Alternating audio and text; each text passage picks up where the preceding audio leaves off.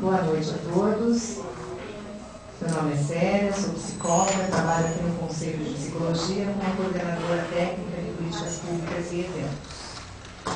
E coordeno as quartas-feiras no CLP, que acontecem desde 1998, e a partir de 2010 passaram a ter também a versão online. Então, contamos com a presença do pessoal que quer acompanhar ao vivo as palestras, as mesas, e podem daí vir a fazer as suas perguntas, colocações ao final, usando o microfone, porque o pessoal que está acompanhando online precisa da captação do som via microfone. Ok? Então, pedimos para que o pessoal que está acompanhando online, para quem já é assíduo acompanhante das quartas-feiras, vai observar que o quadro que nós tínhamos abaixo da telinha, onde aparece a imagem, não está disponível hoje. Nós tivemos um problema com a transferência dos arquivos de e-mails, então nós retiramos o quadro, já que eles não estavam sendo transferidos, e está lá um e-mail, que é o eventos@crppr.org.br, para o qual vocês devem encaminhar daí suas perguntas, observações, enfim, seus questionamentos.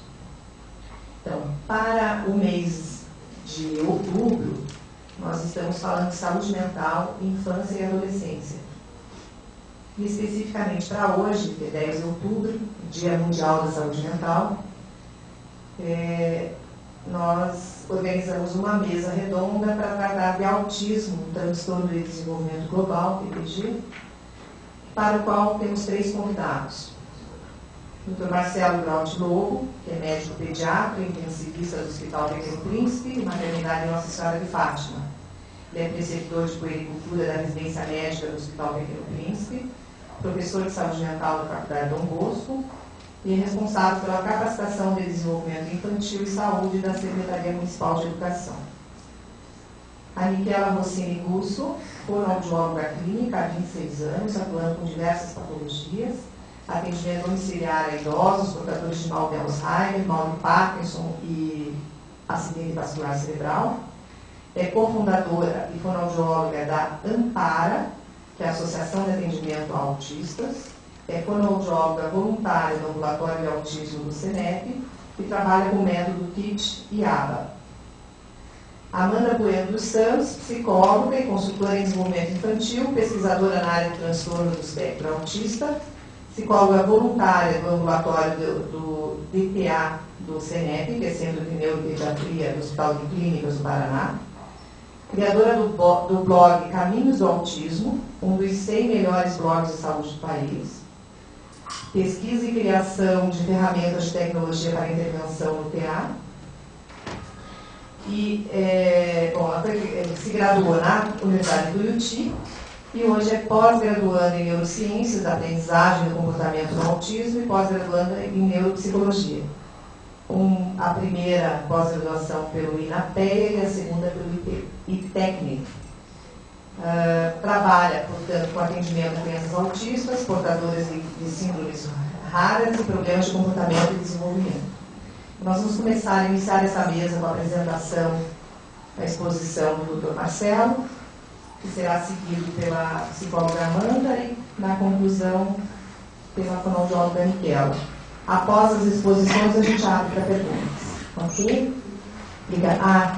Lembro a todos os presentes que nós precisamos desligar os celulares, não basta ficar no silencioso, no vibra. Mandar e receber mensagem, então nem pensar. Se precisar fazer algo assim, tem que sair e ligar lá fora, porque interfere na transmissão online, ok? Então, obrigada e passo a palavra então para o Dr. Marcelo. Vou ligar o microfone dele para agradecer. Olá, boa noite a todos. Agradecer primeiramente a Célia pelo convite, pelo conselho.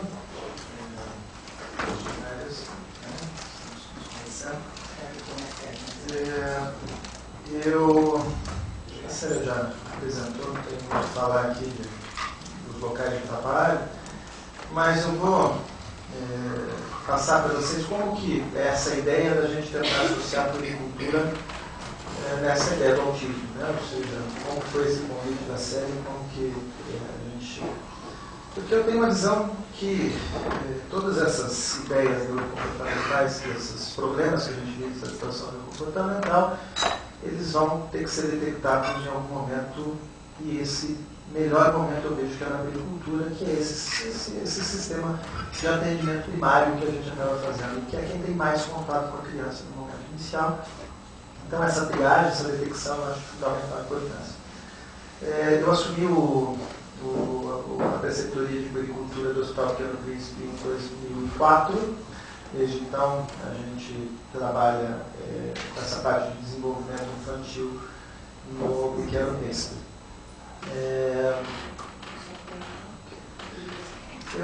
A gente sabe que tem diversas pessoas assistindo, né? Então eu gosto de conceituar algumas coisas que para alguns podem parecer óbvio, mas não tanto, né? Então, quando a gente fala de agricultura, às vezes tem algumas pessoas que até dentro da própria pediatria não sabem conceituar o que é a agricultura, né? Qual é a função, qual é o papel da agricultura dentro da própria pediatria. Então nos parece aí um palavrão, né? Então a agricultura vem de uma ideia, de uma palavra latina, de puer, de cultus, né? Então a criação da criança, ou então esses cuidados que são dispensados à criança. Quais os cuidados dispensados à criança? A gente pode utilizar um termo também, que é um termo de pediatria preventiva, né? Ou seja, como que nós vamos conseguir fazer uma pediatria de uma maneira preventiva e não curativa, né? Se a gente pegar aí o auxílio do Aurélio, né? Então, as técnicas que asseguram um perfeito desenvolvimento físico, mental e moral. Tanto quanto utópico esse perfeito, né? Mas, de qualquer forma, um desenvolvimento físico, mental e moral.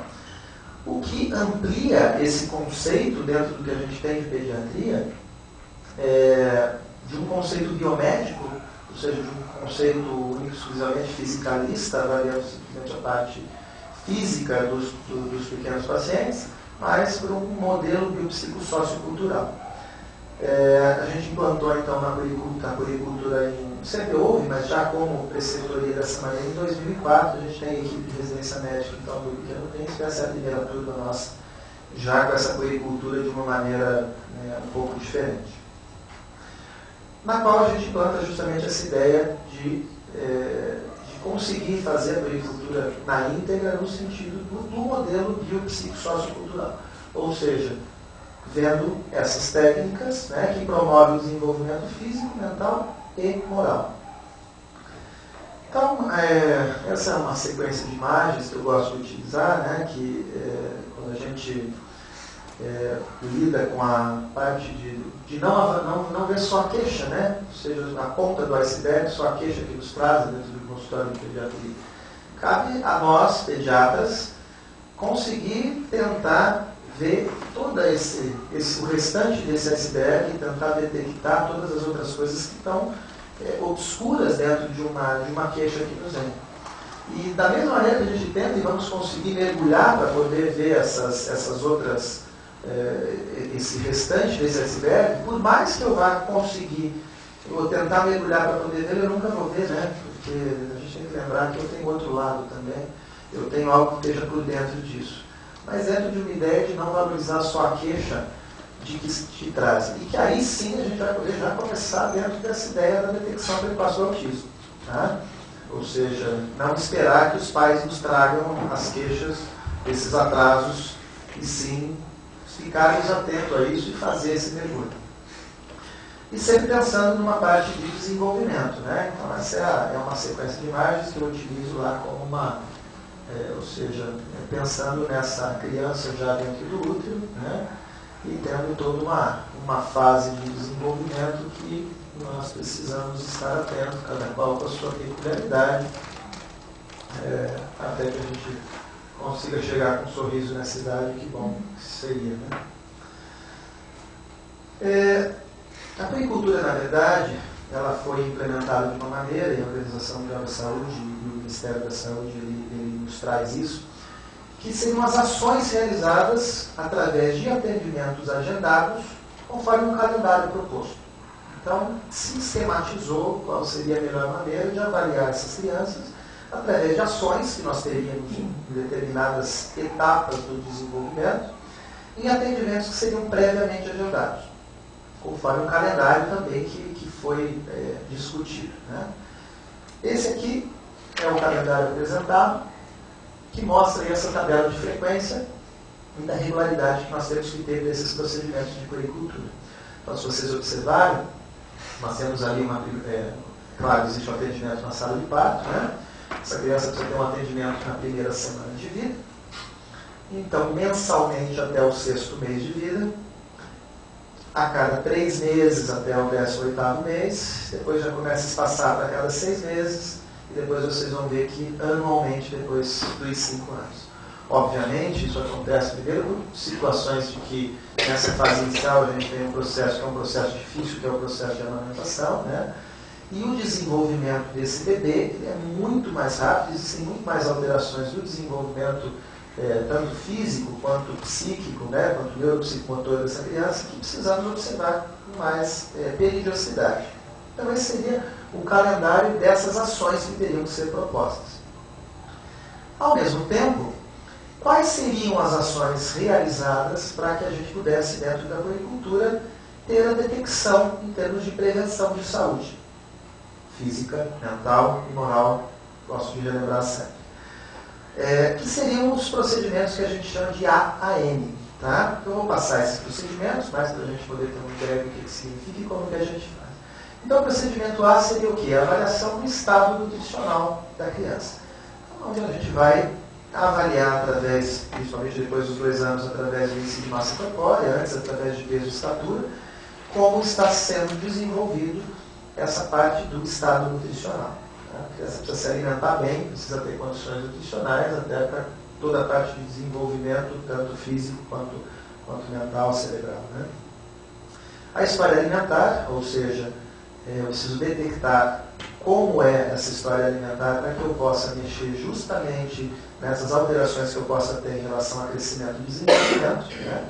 Então, promover uma higiene alimentar, né? Uma educação alimentar adequada. O crescimento, na qual a gente vai ser a estatura, fazendo essas comparações depois com o peso, para poder fazer mas dentro de um eixo genético, né? E sempre quando a gente avalia crescimento, nós também avaliamos aí o crescimento de perímetro cefálico. Tá? Geralmente nós fazemos como rotina até 2 anos de vida, ocasionalmente precisamos seguir um pouquinho mais até os 3 anos de vida. Então a gente pede a protuberância frontal e occipital e a gente com isso consegue detectar algumas situações, inclusive de risco de autismo, né? Então, situações de microcefalia, onde a gente pode, por exemplo, ter um transtorno de Rett, que seria um dos transtornos globais de desenvolvimento do diagnóstico diferencial do autismo. A gente pode ter uma macrocefalia, mostrando um crescimento de substância cinzenta e nos chamando a atenção para que alguma coisa possa estar acontecendo de errado. Estado vacinal, depois a gente vai comentar alguma coisa, até quanto a algumas suposições que se fazem em relação ao autismo com uso de timerosal e mercúrio, mas eu comento depois, mas a criança tem que estar vacinada para o desenvolvimento adequado, né? Até por causa dos riscos que podem acontecer de doenças infecto-contagiosas, então essas proteções são fundamentais. Aqui talvez uma das coisas mais importantes que a gente tem que fazer pensando no assunto de hoje, né? Ou seja, o acompanhamento do desenvolvimento neuropsicomotor. Eu digo que o acompanhamento do desenvolvimento neuropsicomotor ele vai começar lá no teste do pezinho, já na maternidade. Então, a gente tem algumas associações de traços autistas em pacientes com fenilcetonuras não tratadas. Então, o teste do pezinho já nos fornece essa situação em relação a algumas detecções que a gente pode ter. Sempre avaliar a maturação da motricidade grosseira. Eu costumo trabalhar com meus alunos e até inclusive com essas tabelas, que seriam tabelas de metas que a gente vai buscar, né?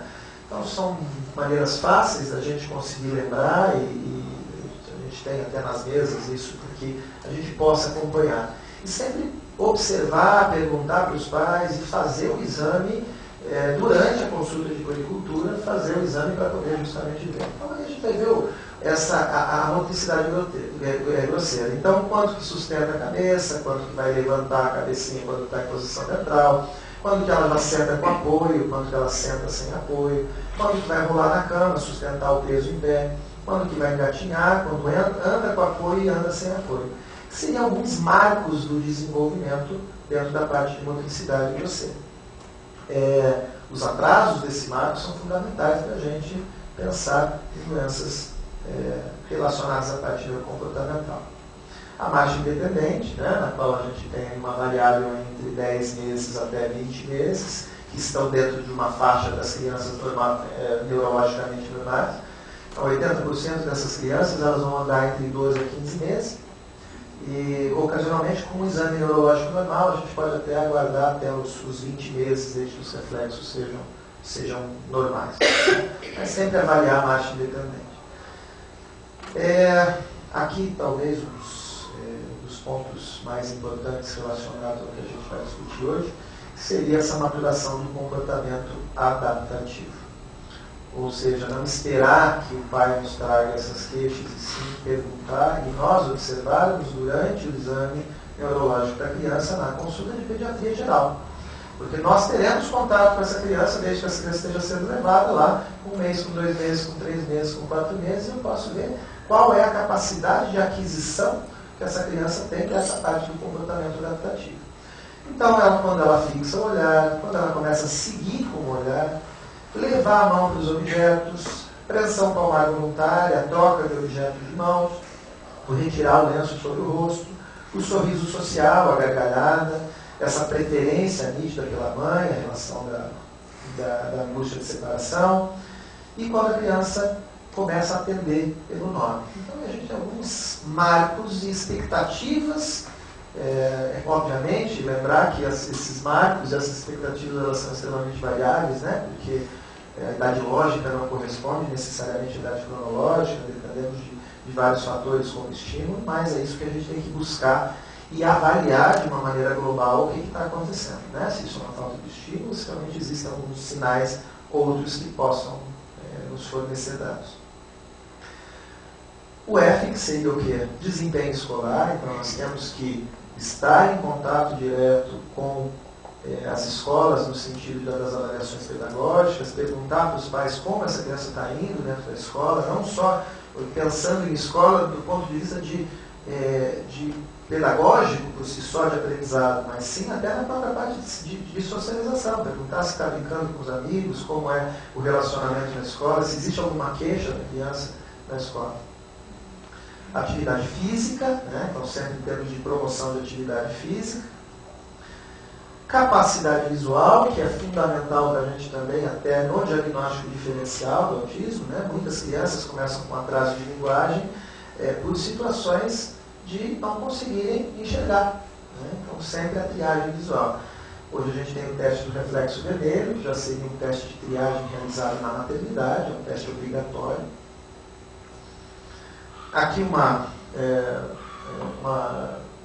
gráfico que mostra a maturação cerebral e o quanto a criança passa a enxergar a partir do tempo, né? Então, uma recém-nascida enxerga em torno de 3% e ela vai adquirir 100% de visão em torno dos 4, 5 anos. Aqui sempre as pessoas me perguntam, meu Deus, mas só enxerga 20% em torno de um ano? Mas claro que 20% dessa criança então ele cego quem tem um olho rei, né? Então, ela se adapta a enxergar 20% e consegue se virar muito bem com isso.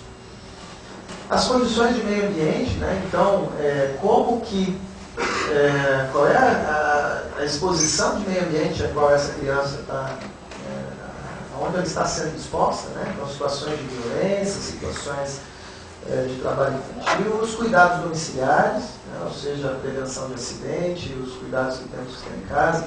Os pais precisam ser orientados para a prevenção de acidente, né, é uma das causas mais comuns. A gente tem uma briga com a sociedade de pediatria no sentido de conseguir fazer essas medidas preventivas em termos de prevenção de acidentes, que é uma coisa importante para a gente em termos de morbidade e mortalidade. Acompanhar o desenvolvimento de sexualidade, sono da criança, toda criança tem que estar dormindo bem para que ela consiga estar se desenvolvendo adequadamente. função aditiva aí também fundamental para que a gente possa acompanhar e não simplesmente esperar que as respostas venham até a gente, a ponta do iceberg, né? E sim buscar nessa família sinais que possam nos trazer atraso desse desenvolvimento de função auditiva, né? A gente tem hoje o teste da orelhinha, a audição acústica, que é um exame feito na maternidade também obrigatório. Lembrando que sempre quando a gente vai avaliar a função auditiva, nós temos que lembrar das duas grandes áreas, né, cerebrais responsáveis, então a área de Broca responsável pela linguagem expressiva e a área de Wernicke responsável pela linguagem receptiva. E o fascículo arqueado seria a junção desses dois, dessas duas áreas cerebrais. E com isso a gente consegue dividir dentro de uma expectativa do desenvolvimento receptivo, dentro de uma expectativa do desenvolvimento expressivo da linguagem. Tá? Então vocês vão ver, ou seja, dividimos aqui o que esperamos em cada mês. Isso aqui é uma tabelinha também que a gente utiliza. Então, cabe a gente, com 6 meses, perguntar para a mãe se essa criança responde com tons emotivos à voz da mãe. Observar na consulta, observar durante a consulta, no próprio consultório, quando a mãe está interagindo com essa criança. E não só o que ela nos traz também. Se já existe balbucio, e aí toda a parte de desenvolvimento. Então eu diria que a gente tem uma chave, né, dentro de autismo, pensando e já adiantando alguma coisa, que seria aqui, ó, entre 6 meses a 18 meses. Tá? Então, depois eu passo alguma coisa um pouquinho a mais nessa ideia. Esse aqui é um resumão que eu coloco para eles, né, em termos de maturação de linguagem falada, tá? Ou seja, o que a gente deve estar esperando aí como metas, né? Como marcos de maturação de linguagem falada. E o nosso último cuidado dentro da puericultura seria a saúde bucal. Essa aqui é a caderneta que a gente tem da saúde da criança do Ministério da Saúde, a caderneta usada na grande maioria das cidades. Tá? E essa, a específica nossa aqui de Curitiba, que foi feita na Sociedade Brasileira de Pediatria. Essas carteirinhas, gente, elas já têm um espaço para que a gente veja tudo isso. Né? Não só para que nós, como profissionais, sigamos isso, quanto para que os próprios pais sigam isso. Mas os pais realmente não leem essa carteirinha. Então a gente tem alguns estudos lá que são feitos de quantos pediatras preenchem e quantos pais veem essa carteirinha. Né? Eu tenho um estudo relacionado a andador, a uso de andador ou do voador, né? A criança voa para o chão, né? Que isso está escrito na carteirinha, não usar andador e não usar voador. Mas ninguém lê. Inclusive a gente está fazendo um novo que agora em termos de populacional, né? Vamos avaliar lá nas unidades de saúde se os pais leram a carteirinha, se eles foram orientados pelo pediatra em relação ao uso de andador, porque a carteirinha, embora ela esteja lá, ela não é aproveitada. Né? Eu digo que isso já começa, a gente já detecta isso até quando eu vejo nos meus pacientes de maternidade. Eu faço sala de parto, eu deixo guia, isso assim, pacientes com um nível socioeconômico e cultural adequado, né? Uma maternidade que atende, esse aqui é um serviço privado. Você lê o guia, que eu deixo logo no nascimento para que leia, para que tire as dúvidas comigo no outro dia. Não. A grande maioria não lê. As pessoas não leem hoje em dia, né? É muito difícil as pessoas leem, sabe? Se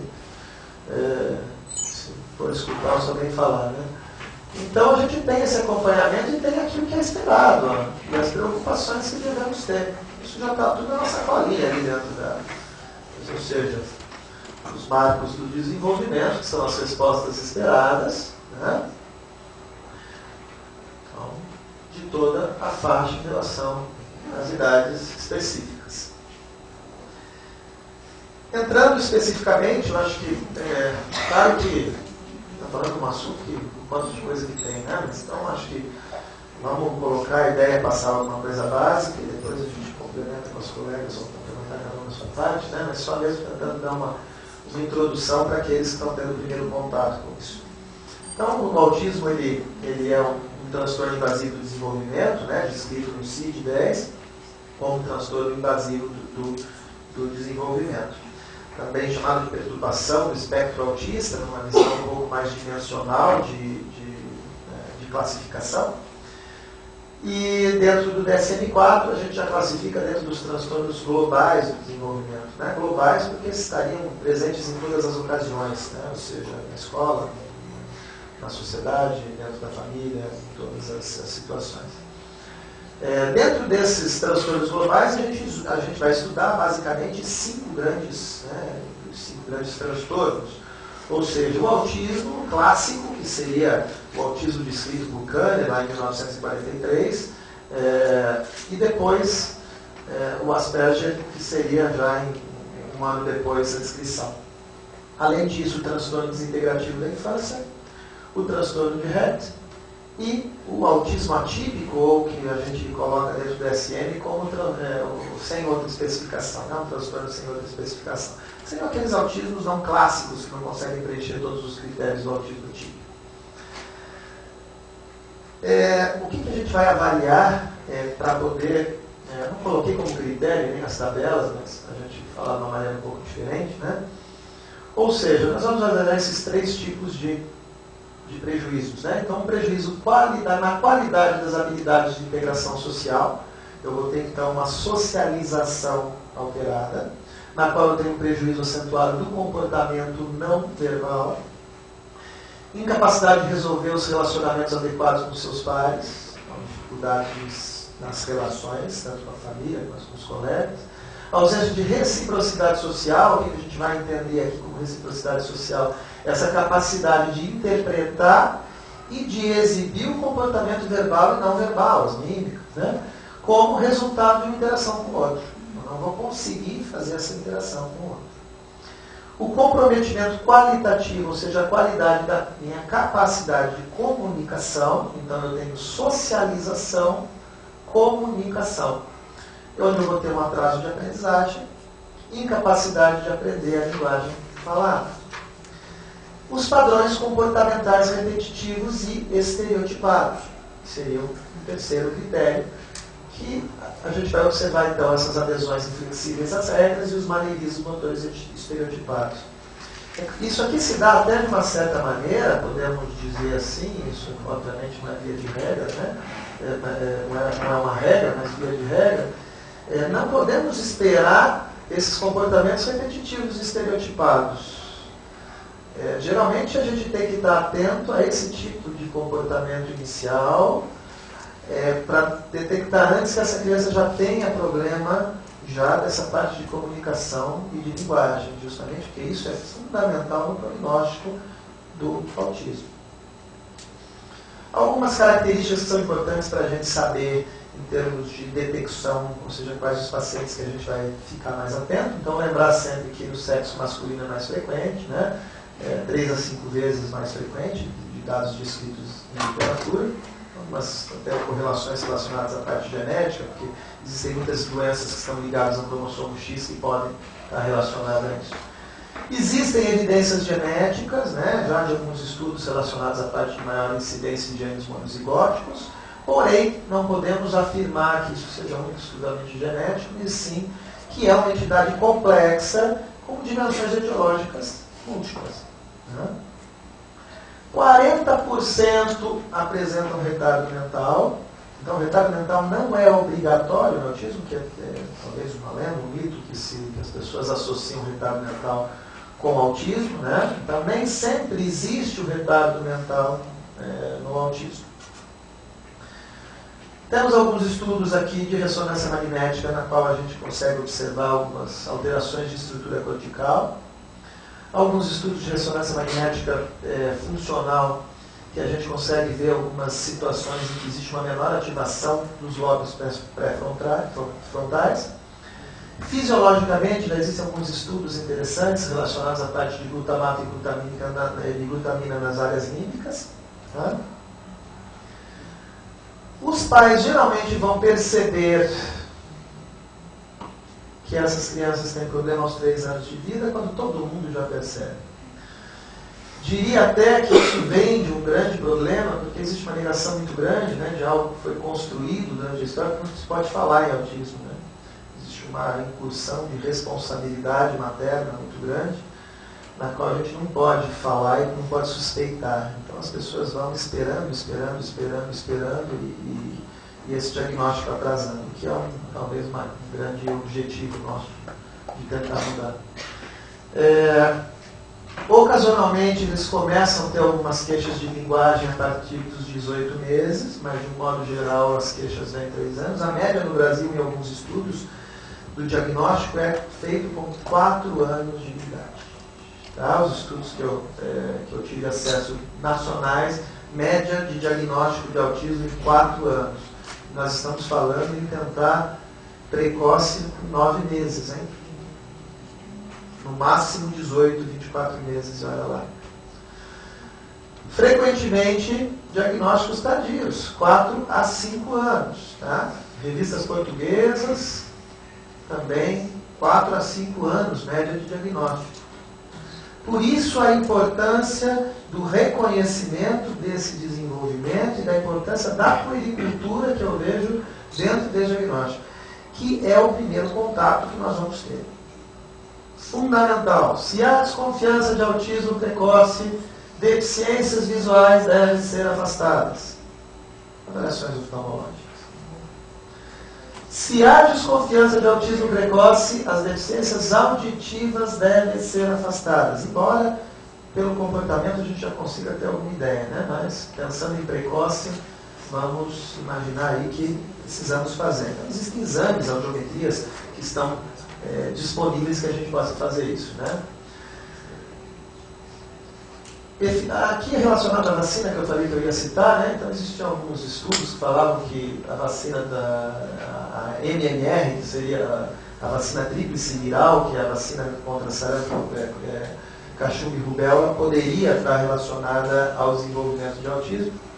E também algumas que dizem em relação ao timerosal, que é o mercúrio, que é um conservante utilizado em vacinas, poderia estar relacionado ao desenvolvimento de autismo. Então, seja uma coisa muito discutida, a princípio não existe evidência clínica dentro de todos os estudos baseados em evidência que ela esteja relacionada ao desenvolvimento de autismo. Tá? Sempre ficar atento então aos diagnósticos diferenciais do autismo. Tá? Então, os outros transtornos globais do desenvolvimento, a gente vai observar isso de acordo com as idades de início, né, e os tipos de sintomas. Esquizofrenia infantil e os transtornos obsessivos compulsivos. A gente vai ter uma parte de maneirismo, mas não vamos ter as outras coisas. Né? Tratamento. O que eu fiz, na verdade? A primeira coisa que eu vejo importante em tratamento, eu digo que isso aqui, eu tento fazer isso dentro de consultório, nesse sentido do pediatra que acaba tendo um vínculo, e aí a importância da agricultura do pediatra que tem esse vínculo com a família, ou deveria ter esse vínculo com a família, orquestrar esse tratamento. Porque a gente tem milhões de especialistas trabalhando, ou seja, ele precisa ser uma situação muito sistêmica e muitas vezes nós não temos esse contato, né? Ou seja, o fono trabalha, muitas vezes não tem contato com o psicólogo, que não tem contato com o pediatra, que não tem contato com o neuro que medica, que não tem contato com a escola. Isso é uma coisa muito frequente que eu observo. Claro que existem alguns serviços que são estruturados para isso, né? Serviços públicos, mas alguns serviços até privados também, mas, de um modo geral, os pacientes que vão em consultórios, não é isso que a gente observa. Tá? Então, lembrar que a gente precisa de uma terapêutica muito sistêmica e precisamos que essa abordagem terapêutica seja bem orquestrada. Isso aqui é fundamental para o sucesso do tratamento. Educação familiar, então apoio e orientação parental. Até já por toda essa história que se tem, eles precisam ter suporte, entenderem isso. Modelagem de comportamento, então trabalhando sobre essas habilidades básicas, né? Do prestar atenção nos adultos, usar a linguagem, interagir com os seus pares. Tá? Então é fundamental que isso aconteça. Até nos pacientes, às vezes, que a gente não está suspeitando de um autismo, mas a gente já percebe lá com 4, 5 meses que esses pais não têm muito contato com essa criança. Já pode dar orientações para que esses pais tenham contato. Né? Terapia da linguagem, terapia ocupacional, planejamento educacional, então essa coordenação dos contextos familiares e escolares e multiprofissionais também, né? Apoio e orientação parental, já te repeti ali, alguns estudos relacionados à risperidona, que ele não trata a causa do autismo, não vai tratar, na verdade, o autismo em si, mas existem alguns estudos interessantes com a risperidona. E a gente trata, na verdade, ocasionalmente, os transtornos associados, né? Então, medicar, se existir um transtorno de atenção e hiperatividade associado, aí tratar o transtorno psiquiátrico associado e não necessariamente o autismo. Tá? E aqui sim, diagnóstico precoce. Então, vejo eu, dentro do que prego, dentro dessa ideia da puericultura, dessa ideia de acompanhar as crianças dentro do seu desenvolvimento global, físico, psíquico e moral. 4 a 6 meses a gente já tem um início, que é esse início do sistema de processamento da aprendizagem social. Entre 4 e 6 meses, a criança ela vai iniciar uma coisa chamada atenção conjunta, que é o sistema de processamento de aprendizagem social. É onde ele vai começar a aprender a se socializar. Olha onde eu já posso ter indícios do diagnóstico desse transtorno. E a gente tem 2 comportamentos que a gente tem que observar entre 4 e 6 meses de vida. Primeiro deles, se ele responde. Então, se ele já tem a aptidão de seguir os olhares e os gestos, ele já consegue seguir, já fazer uma situação do gesto dos pais, dos olhares dos pais, ele já consegue socializar com isso? Ainda não. Opa. Iniciar. Já começa na sequência também ela própria iniciar o gesto. Pedir, por exemplo, um brinquedo, pedir alguma coisa que está no apontar. Isso é um início de socialização. Buscar um olhar para poder buscar o outro. Então isso já começa a acontecer. A gente já tem que começar a observar isso aqui. Quando a gente fala, ou seja, qual é a nossa medida? E aqui não podemos deixar de passar. Não pode passar daqui. 9 meses. Entre 8 e 9 meses, a criança ela já tem, dentro dessa atenção conjunta, ela já tem o que a gente chama de proto-imperativo. Ela já vai indicar o adulto em contato com ele. Ela já vai utilizar esse adulto para o que ela quer. Ela tem que estar fazendo isso. O deste no contato ocular, na imitação, no responder ao nome, nas vocalizações e nos gestos comunicativos, são fortes indicadores de autismo. E nós temos que triar esse paciente. Não podemos fechar o olho para isso. Eu diria que existe, não é só por parte dos pais, mas existe por parte de profissionais, colegas que fecham os olhos para isso aqui também. E é isso que eu acho que a gente tem que batalhar. Evidências, e aqui por que isso, gente? Por que é com 4 meses a 6 meses que a gente tem que começar a observar para isso e com 9 meses nós temos que ter uma atitude em relação a isso? Por quê? Porque essas crianças diagnosticadas entre 12 a 18 meses, elas já apresentam anomalias em uma ou mais das seguintes áreas. Verbal, visual. Interesse visual atípico mais fixado nos objetos que na face humana. Motor, atraso nas aquisições motoras contra a motricidade fina como global e maneirismo motor. Brincar, atraso na imitação motora, manuseio de objetos limitado a movimentos repetitivos em vez de exploração funcional e simbólica, rodopiar as falas do carro em vez de usar para brincar. Comunicação social, olhar desviante, dificuldade de responder ao nome, imitar, pouco interesse social, pouca partilha emocional positiva. Linguagem, atraso na vocalização recíproca, na aquisição das palavras com déficit na compreensão de olhos e gestos, dificuldade de aprender atividades diárias. Aqui já tem déficit, a gente tem que pegar isso do déficit, e isso é indicador de prognóstico. Então aqui a gente já tem que estar trabalhando com esses pacientes, de alguma forma. Quais são os fatores de risco para rastreio? Um asterisco ali, ter irmão com autismo. Atento.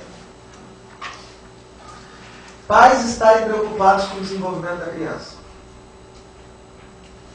Outras pessoas que convivem com a criança estarem preocupadas com o desenvolvimento. E o médico ficar preocupado. Então, um grau, primeiro, segundo e aqui os outros. Isso aqui a gente pode pontuar, né? Pode dar 1, 2, 3, 4 pontos. Né? Então, existe até um esquema que a gente pode fazer em relação a isso. Quando a gente tem uma suspeita por alguma coisa daquela, a gente vai aplicar os testes de triagem. Cada serviço acaba utilizando o teste de triagem, isso é muito discutível. O HC costuma utilizar o CARS, né? E lá no Instituto pela Ética no Visto a gente usa o MChat. Mas são testes de triagem, que são testes aplicados aos pais, que são testes muito simples de serem aplicados e que vão justamente pontuar os riscos de ter traços autistas. Esse aqui é o ATA, eu desconheço ele do ponto de vista prático, mas existem alguns estudos em Porto Alegre que utilizam esse instrumento. Tá? Mas, a partir desse momento, ou seja, então, aí, a partir de 9 e 18 meses, a gente tem que começar. 9 meses já podemos começar a aplicar isso aqui. 18 meses, 24, a gente já tem que estar isso aqui, já tem que estar no especialista se tiver fator de risco, e se a gente tiver fator de risco, fez triagem. Tem triagem positiva, esse paciente já tem que estar sendo avaliado pelo especialista e multidisciplinar. E aqui, alguns alertas, então, que eu digo, né, remembering aqui das, né, revival. Manifestações clínicas muito precoces. O autismo traz manifestações clínicas muito precoces. Cabe a gente detectar. Na maioria dos casos, antes dos 2 anos. Alguns transtornos globais depois, né? Angústia da discussão da suspeita com a família. Conhecimento das etapas do neurodesenvolvimento, os fatores de risco, os testes de rastreio, os recursos da comunidade, os meios para referenciação de especialidade. Nós temos que conhecer isso. Identificação precoce, os médicos dos cuidados primários. Então, aqui a importância dos médicos dos cuidados primários de saúde infantil. Idade-chave de rastreio, 9, 18, 24, 30 meses explodindo. Identificação de atrasos das dissociações, de desvios nas áreas do desenvolvimento. Aqui algumas referências, tá? Para quem tiver interesse de se aprofundar um pouquinho mais. Acho que são uma revisão que eu fiz já há algum tempo, utilizada para um trabalho anterior e que eu utilizei aqui. Eu acho que era isso, era 5 minutos, eu acho que eu utilizei mais 10.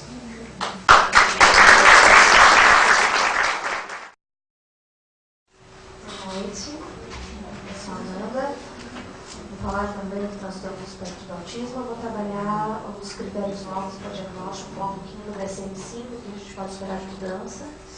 Vou falar também sobre um material que foi desenvolvido no ambulatório de autismo do Centro de Neuropediatria do Hospital das Clínicas do HC. Um material que a gente pretende que seja a campanha de diagnóstico precoce em Curitiba. Obrigada.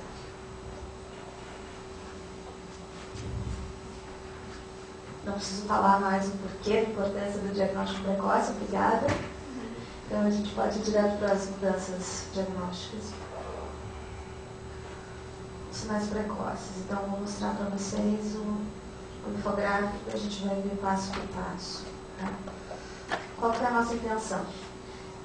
O DSM-4 traz para a gente todos aqueles critérios que foram trabalhados aqui anteriormente. A questão é que a média de diagnóstico realmente tem sido de 3, 4, 5 anos. O que a gente tem visto no ambulatório da HC é que crianças que chegam já com diagnóstico para a gente, o diagnóstico tem ainda mais tarde. Então, a batalha pelo diagnóstico precoce ainda é muito longa. Então, a gente tem recebido crianças que foram diagnosticadas com 6, 7, 8 anos. E quando é caso de síndrome de Asperger, então, 10, 12 anos. Então a gente resolveu focar com sintomas que aparecem de 0 a 3 anos. Até uma coisa que me chama a atenção quando eu recebo laudos de colegas psicólogos. Não feche o diagnóstico, escrito dessa maneira bem clara, não fechei diagnóstico de autismo, pois a criança ainda não completou 3 anos. Isso eu vejo com muita frequência, porque não pode ser fechado com 3 anos. Na verdade, isso é uma interpretação feita de uma forma muito errônea. Então, o que fica bem claro, descrito nos critérios diagnósticos do DSM-4, é que os sintomas devem aparecer por volta dos 3 anos e pelo menos um pouco antes. Tá? Então, a ideia é desmistificar um pouco isso. Então, informativo sobre autismo. Atenção, se seu filho com idade entre 0 a 3 anos apresenta algumas dessas características, fique atento, pois ele pode estar no espectro do autismo. Tá? Então, vamos ver a primeira. Demonstra pouco interesse por outras crianças, não responde ao olhar quando chamado pelo nome. Então, isso é muito comum. Né? A mãe fica, João, João, João, não olha. Você fala, Pocoyo, ele olha. Né? Isso é muito comum. Ah, mas meu filho olha quando eu chamo. Quando a abertura do Jornal Nacional chama, ele olha. Quando começa o Pocoyo, ele olha. Mas quando a gente chama pelo nome, não. Isso é muito comum.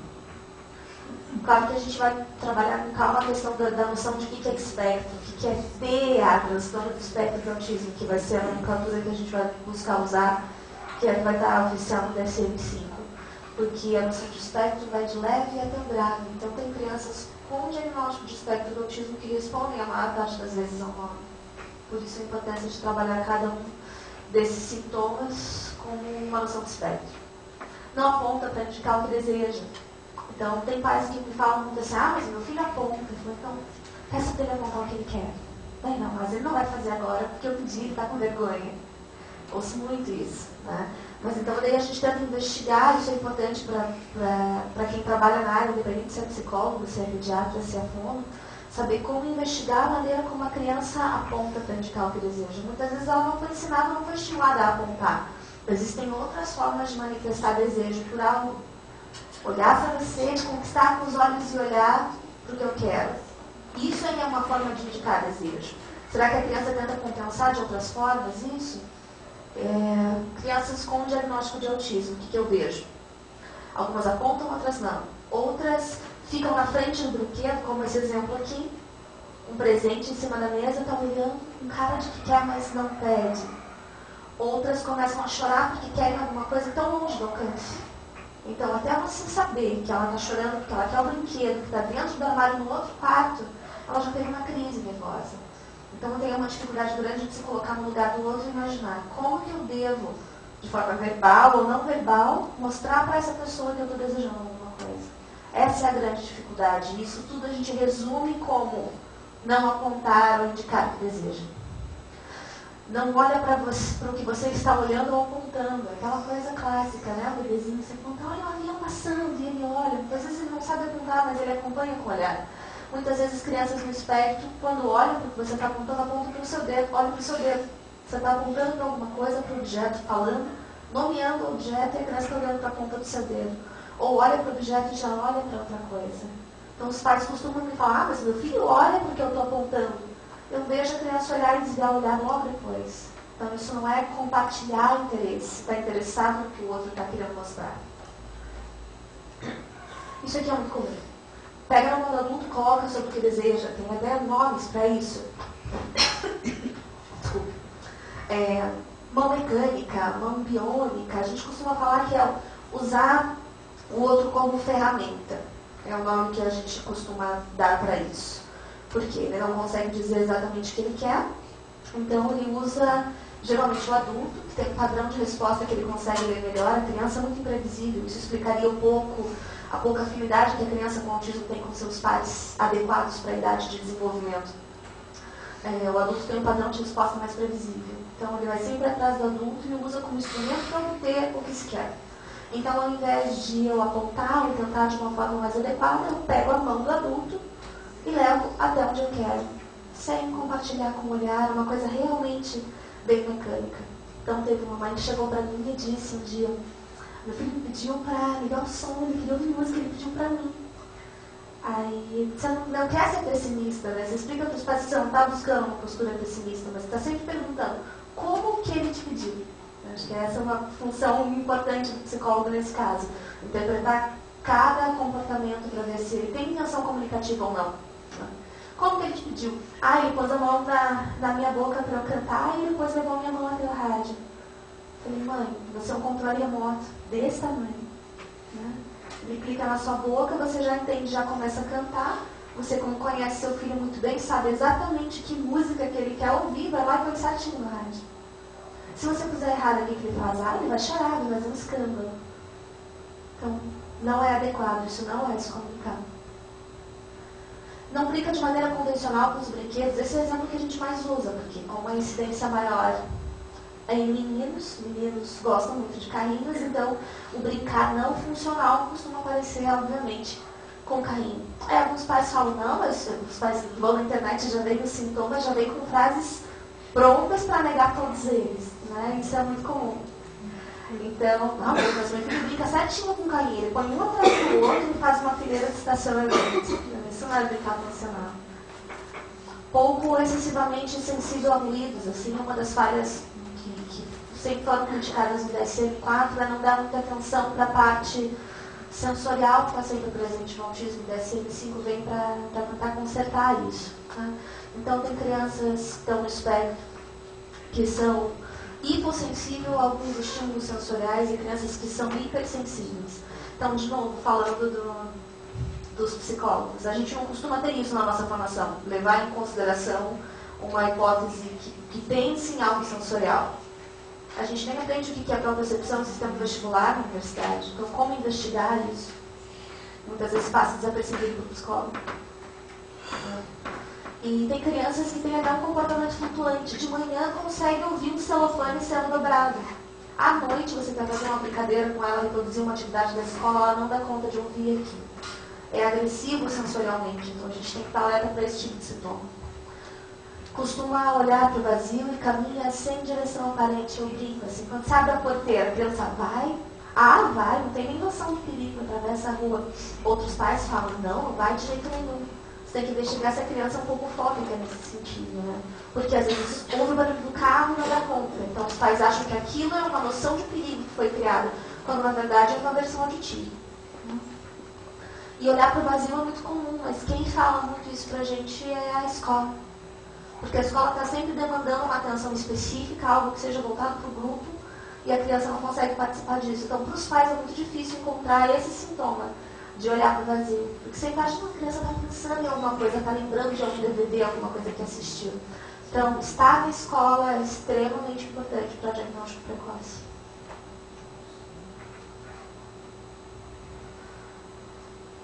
Fala menos do que o esperado para a idade. Isso quando fala, né? Em muitos casos a criança, nessa idade, nesses sintomas que a gente está trabalhando, 0 a 3 anos, muitas das nossas crianças não falam. Quando falam, falam menos do que o esperado para a idade. Né? Então tem que prestar muita atenção nisso. Daí o que os pais fazem? Não, está falando para mandar para fome. E muitas vezes o profissional não consegue enxergar esses sintomas. Então está lá fazendo 2 anos de terapia de linguagem e ainda consegue reproduzir tudo. Às vezes quando chega para eu avaliar, entra no consultório e fala, copo, caneta, guarda-roupa, lápis, fala, oi, tudo bem? Não fala muito bem. Então aprende a nomear as coisas, mas não aprende a função da linguagem, porque não adquiriu pré-requisitos para a linguagem. Tudo que foi dito anteriormente. Aprender a compartilhar, buscar o olhar, entender a comunicação verbal como um todo. Então, quando a criança não fala o esperado para a idade e não tenta compensar de outras formas, a gente tem que pensar em autismo, não só um transtorno específico da linguagem. Caminhar a ponta dos pés ou agita as mãos excessivamente. A gente tem um nome para isso que é o flapping por causa da asa do morcego. Tem muitas crianças com autismo que apresentam esse comportamento. Algumas apresentam em momentos totalmente inesperados e outras apresentam em momentos de euforia. Então, quando seu filho, sua filha está muito feliz, o que ele faz? Ele bate palma? Não, dá um pulinho e faz assim, fica bem feliz. Então tá. E caminhar na ponta dos pés acontece muito. E também a gente costuma relacionar uma questão sensorial, assim. Tem crianças, por exemplo, perguntam, no inverno anda na ponta do pé? Nunca pensei nisso.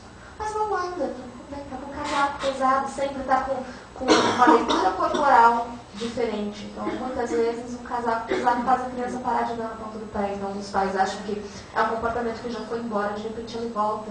Enxergar a ligação disso só com uma avaliação muito aprofundada.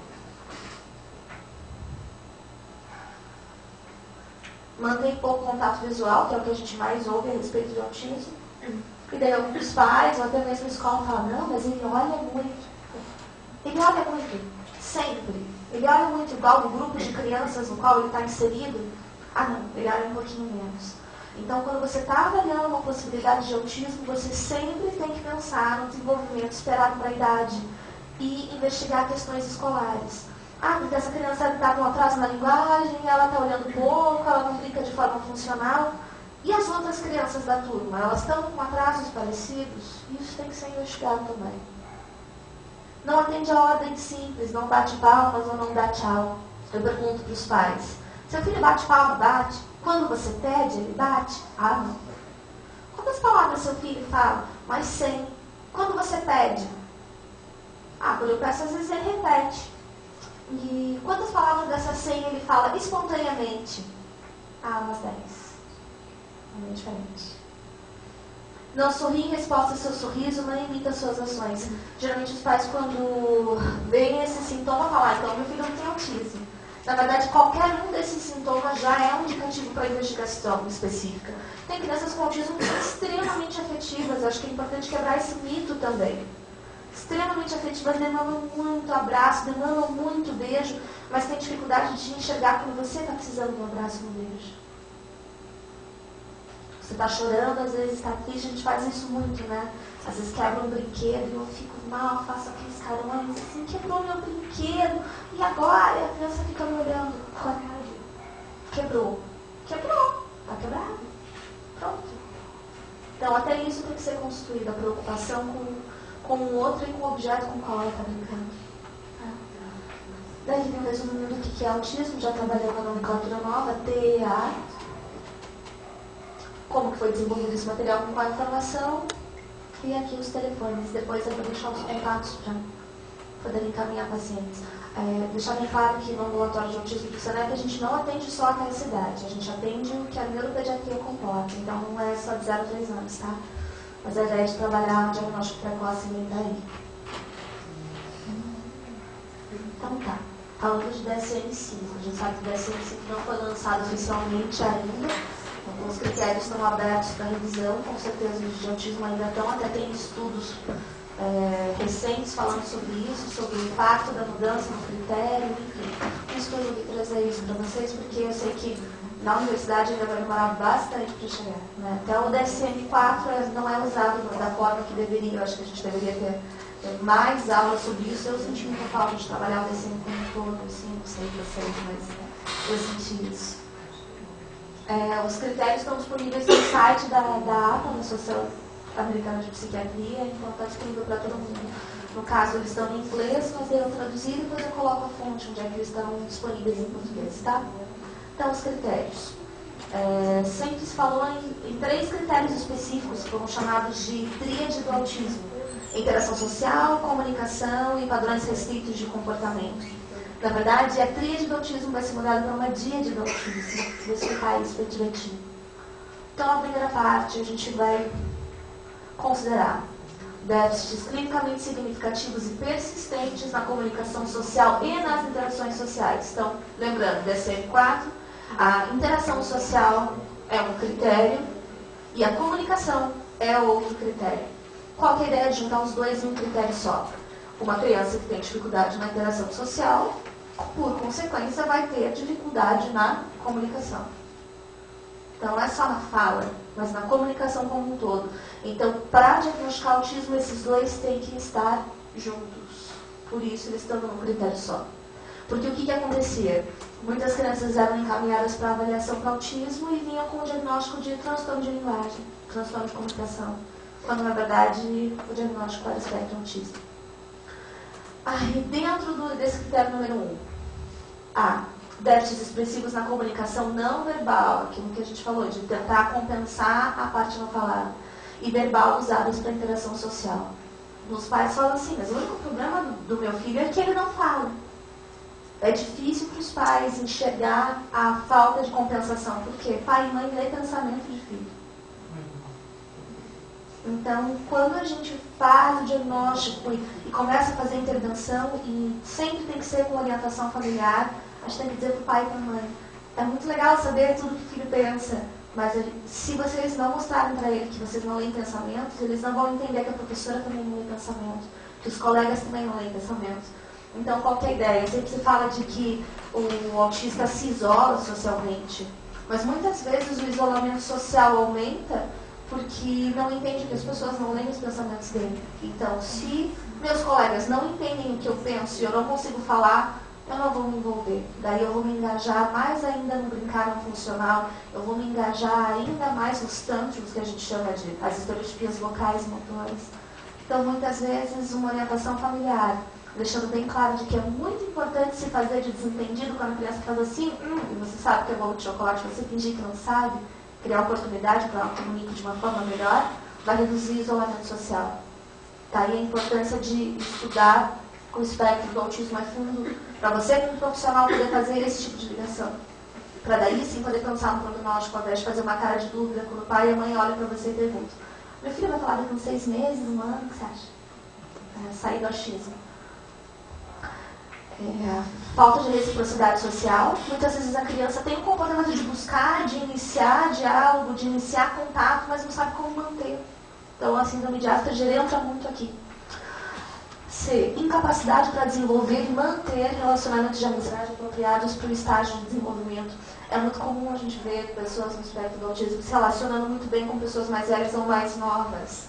Tem uma questão da maturidade emocional ser um pouquinho mais lenta, tem uns comportamentos mais infantis.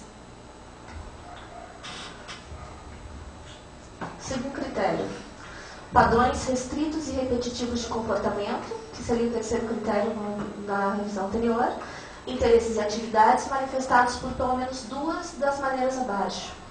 Comportamentos motores ou verbais estereotipados ou comportamentos sensoriais incomuns. Aqui o que eu estava falando, de levar em consideração a questão sensorial.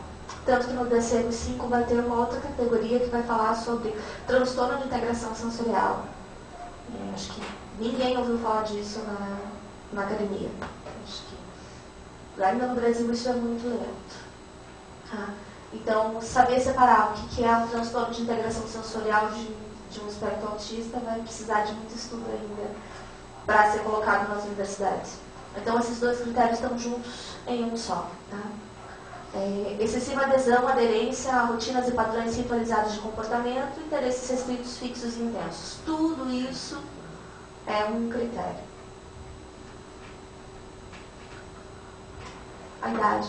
Os sintomas devem estar presentes no início da infância, mas podem não se manifestar completamente até que as demandas sociais excedam o limite das suas capacidades. Isso tudo vem para substituir aquilo de que tem que aparecer por volta dos 3 anos. Por que isso? Porque perto dos 3 anos a gente imagina que a criança, no ideal, já está frequentando a escola e começa a aparecer uma demanda social muito grande e a criança no espectro do autismo não dá conta dessa demanda social. Então, como nem todos têm o atraso intelectual, uma média de 40%, os outros, então, passam desapercebidos pela questão cognitiva. Mas, de repente, tem dificuldade para conversar com os colegas, começa a se perceber com esses limites e começa a ter problemas de comportamento. Então, existe um mito de que a criança autista ela é agressiva ou que ela não se comporta da maneira correta e que ela não obedece regras. Mas acho que a gente tem que ser menos autista que a pessoa autista. Fazer o exercício de se colocar no lugar dessa pessoa. Eu entendo tudo que acontece à minha volta e eu não consigo comunicar tudo que eu estou pensando. Eu vou ficar estressado, né? Então a gente tem que pensar nisso também. Justificativas para essas mudanças. Um novo nome para a categoria, transtorno do espectro do autismo, TEA, que vai incluir o transtorno autístico, o autismo de Kanner, né, que é o mais clássico, a síndrome de Asperger, o transtorno desintegrativo da infância e o transtorno global ou invasivo de desenvolvimento sem autoespecificação. A síndrome de Rett não vai mais entrar aqui porque ela vai passar a ser considerada como uma síndrome neurológica apenas, tem uma etiologia completamente diferente, já tem um gene MECP2 que a gente sabe que é responsável pela síndrome de Rett, enfim. Então tem um período da síndrome de Rett que muitos dos sintomas se configuram como autismo, mas isso não vai incluir mais. Então o que quer dizer? Nenhum desses nomes mais vai existir. Desintegrativo da infância, Asperger, autismo clássico, que nunca foi um nome específico, mas a gente ouve mais, e o transtorno global de desenvolvimento sem autoespecificação. Nenhum desses nomes vai ser usado mais. Então, eu até recebi um e-mail de um moço que é Asperger falando assim, tá, e agora, quem sou eu? Quem depressão, nem de tudo isso. Então, tem a questão de isso o psicólogo vai precisar trabalhar muito bem. O movimento de neurodiversidade daí quer dizer que não, eu não tenho Asperger, eu sou Asperger. É um modo de vida, é um modo de ser, enfim. Acho que os profissionais têm que estar preparados para isso também. Então, o que acontece na hora de fazer o diagnóstico? Vai ser separado por níveis, tá? Nível 1, nível 2, nível 3 de severidade. Então, cabe a você, como profissional, ter a sensibilidade de dizer para os pais, falar, olha, transtorno do espectro do autismo nível 1, precisa de terapia específica, precisa de tais profissionais para fazer estimulação, prognóstico é tal, tal e tal, baseado em dados, nos critérios diagnósticos, nas escalas que foram mencionadas, que são muito comuns e necessárias de serem usadas. Tá? Muitas delas não estão padronizadas para o Brasil, mas o MCHAT é um que a gente já está terminando a pesquisa de doutorado para poder validar com critérios para o Brasil todo, e é uma escala de uso livre, enfim, então quem quiser ter acesso, é bem fácil, tanto a CARS como a ATA também, tá? E não precisa ser psicólogo para aplicar, realmente é de uso livre. Nível 1, nível 2 e nível 3 de severidade. Claro que, pensando numa noção de espectro, quem está no nível 3 tem maior chance de ter as comorbidades, ter toque, a gente sabe que tem muita ligação com toque, com bipolar, que aparece muito. Enfim, tem várias outras síndromes que podem estar associadas, e quanto mais grave o quadro de autismo, maior a chance de ter atraso intelectual e outras comorbidades. 3 domínios se tornam 2, então explicando de forma específica, deficiências sociais de comunicação em um só, interesses restritos fixos, intensos e comportamentos repetitivos no outro. Déficits na comunicação e dos comportamentos sociais são inseparáveis e avaliados mais apuradamente quando observados como um único conjunto de sintomas com especificidades contextuais e ambientais. Atrasos na linguagem não são características exclusivas do espectro do autismo e nem universais dentro dele. Tanto que os quadros Asperger costumam não ter um atraso na fala ou ter um atraso que não é tão relevante dentro da análise do desenvolvimento típico. Então, por isso que costuma ser um diagnóstico feito de forma mais tardia. É importante dizer que não existe um padrão. Para fechar diagnóstico do autismo tem que ter um atraso considerado na linguagem. Não. Lembrar que é uma noção de espectro, vai do leve até o grave. Tem que sempre se perguntar, está tendo prejuízo na vida por conta desse atraso? Está compensando? Não. Podem ser definidos mais apropriadamente como fatores que influenciam os sintomas clínicos do transtorno do espectro do autismo e não como critérios diagnósticos para esses transtornos. O TEA é um transtorno de desenvolvimento neurológico, por favor, nada psicodinâmico. Não esquecer essa história da mãe geladeira. Aliás, se a gente for pensar numa perspectiva histórica do autismo, existem casos relatados. Se você for estudar realmente a história do autismo, você se assusta muito. Você acha que são coisas que estão acontecendo há 200 anos atrás, de tão assustadoras que são, mas aconteceram há 40, 50 anos atrás. De dizer que a frieza da mãe, a história da mãe geladeira, é que causava autismo nessas crianças. Então, tem histórias de mães que cometeram suicídio após o diagnóstico, porque se eu sou a causa do autismo do meu filho, faz sentido eu sumir desse mundo e o meu filho se libertar. Então, o poder do que é ensinado para nós na universidade, eu ouvi isso na minha formação, de que não declaradamente que existe a mãe geladeira, mas o ambiente é fator causador de autismo. Qual é o ambiente do bebezinho de 9 meses? Não é a mãe.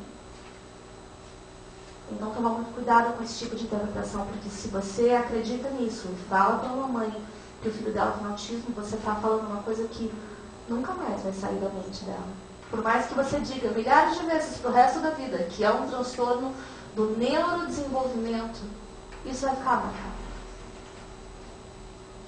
Deve estar presente desde o nascimento ou no começo da infância, mas pode não ser detectado antes por conta das demandas sociais mínimas na mais tenra infância. Por isso, lugar de criança na escola. E do intenso apoio dos pais ou dos cuidadores dos primeiros anos de vida. Tem muita avó que se sente culpada, mas ele ficou comigo todo o tempo. Será que eu não me estimulei? Será que a culpa é minha? Enfim. Então, a orientação familiar vem para isso. Não é simplesmente fazer o diagnóstico e precisa de psicóloga, precisa de fono, precisa de TO, precisa de terapia especificamente comportamental, como se não existisse outro tipo de intervenção, de 20 a 30 horas por semana, e no milagre financeiro. Então, mais informações sobre esse assunto, vocês podem procurar no meu blog, no Caminhos do Autismo. Eu deixo aqui meu e-mail para contato, para passar todas as referências que foram usadas, tem bastante. E no Facebook tem um ambulatório de autismo do SENEP com bastante informações. Lembrando que agora vai ter a jornada de neurociências que vai contemplar temas variados da infância. Um deles vai ser autismo e é do Pequeno Príncipe junto com o Hospital das Clínicas esse ano. E anunciar para vocês que agora oficialmente em Curitiba a gente vai ter um curso de pós-graduação em neurociências com ênfase em autismo. Então, a ideia é fazer com que todos esses déficits na formação dos profissionais na área da saúde e da educação possam ser sanados através de uma formação com base neurocientífica. É isso. Obrigada.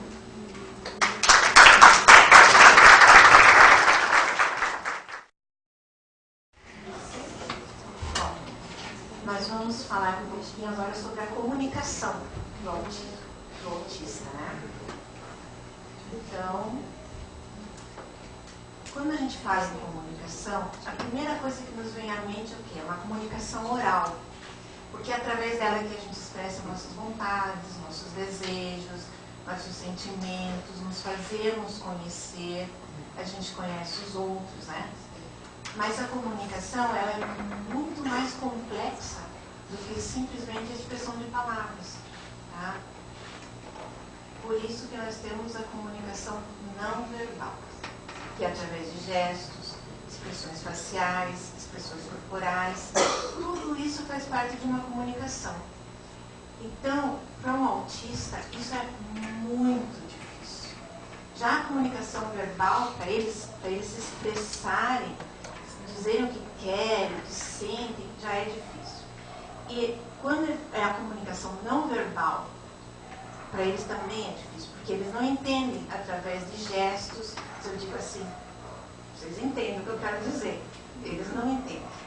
Ah, se eu estou triste, se eu estou alegre, para eles olham para você e não tem reação nenhuma, tá? E por que é isso? Porque eles apresentam distração, dificuldade em processar instruções orais, manter a atenção e organizar as informações que estão sendo recebidas. Para aqueles autistas que compreendem um pouquinho mais da linguagem falada, a gente sempre pede para as pessoas que cuidam deles, que vivem com eles, o quê?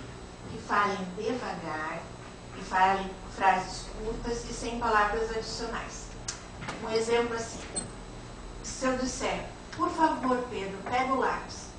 Nossa, esqueçam, porque ele só processou por favor, porque pega o lápis já foi mais difícil para eles, tá? Então, a gente tem que ir direto ao ponto. Pega o lápis, pega a bola, e sempre direto ao assunto, tá?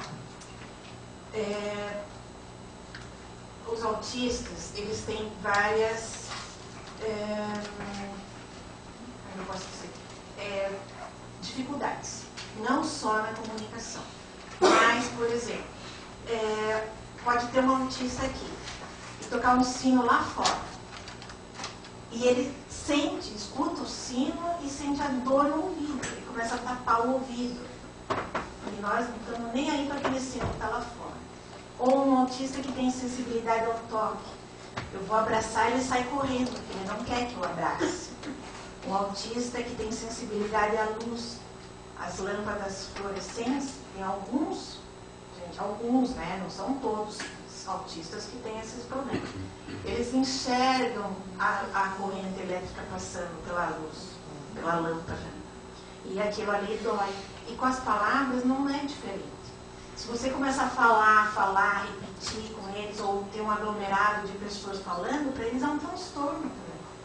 Então, às vezes, eles têm reações que a gente não entende. Eles começam a chorar, a gritar, porque eles não sabem se expressar. Eles não sabem dizer, olha, essa luz está me incomodando, esse som está doendo no ouvido, enfim. Eles começam a ter esses comportamentos que a gente acha que são birras, né? Mas a gente tem que tentar entender, entrar no mundo deles e tentar ver o que está acontecendo com eles. Não são eles que vão entrar e entender o nosso mundo, tá? A gente sempre tem que estudar os comportamentos e entender o porquê que está acontecendo. Aqui eu coloquei um texto da Temple Grandin, que muitos já devem ter ouvido falar dela, que ela é PhD em biologia animal, e ela fez vários livros, alguns filmes da biografia dela, sabe? Então, aqui eu vou ler para vocês e vamos tentar pensar um pouquinho aqui, ó. O que ouvem as crianças autistas? Às vezes eu ouvia e entendia, mas outras vezes os sons ou fala chegavam ao meu cérebro como um barulho insuportável de trem de carga, a toda velocidade. O barulho e a confusão de grandes reuniões de pessoas deixavam meus sentidos totalmente esgotados. O que se diz para uma criança autista deve ser controlado. Recomenda-se frases curtas e simples. Olhar diretamente para a criança também é positivo, porque os autistas aprendem a ler todo o corpo e não apenas as palavras. Se for necessário, segurar o queixo da criança e forçá-la a olhar nos olhos do interlocutor. Os olhos do autista parecem ver tudo, menos a pessoa que está conversando com ele. A fala teatral deixando a criança perceber a alegria no seu sorriso, ou a tristeza na boca virada para baixo, pode ser um bom auxílio. As expressões faciais ajudarão muito a atrair a atenção da criança para os olhos do interlocutor, seu rosto e seu corpo. Evitar a fala em tom monocórdio ou a ênfase em palavras-chave, como que coelhinho lindo você desenhou. Tem outros autistas de alto funcionamento também que escreveram alguma coisa assim. A Darren Wright escreveu: às vezes eu conseguia entender as primeiras 2 ou 3 palavras e depois o restante parecia se aglomerar e eu não conseguia entender mais nada. Ou a Donna Williams escreveu: qualquer coisa que eu tivesse que compreender tinha que ser decifrado como se estivesse passando por um procedimento de entrada complicado. Às vezes as pessoas tinham que repetir uma determinada frase várias vezes, pois eu escutava em pedaços e minha mente não conseguia decifrar a mensagem. Era como se alguém ficasse alterando o volume da TV. Então veja como é complicado para eles entenderem o que a gente fala, o que a gente tenta passar para eles. Por isso que a gente usa muito o visual autista. Porque eles são muito visuais, muito concretos. Eles não são nada imaginativos. Tá? Então se eles olham alguma coisa concreta, eles aprendem muito melhor. Então, as palavras escritas, os gestos, as imagens, os desenhos, para eles é muito mais fácil de entender as coisas.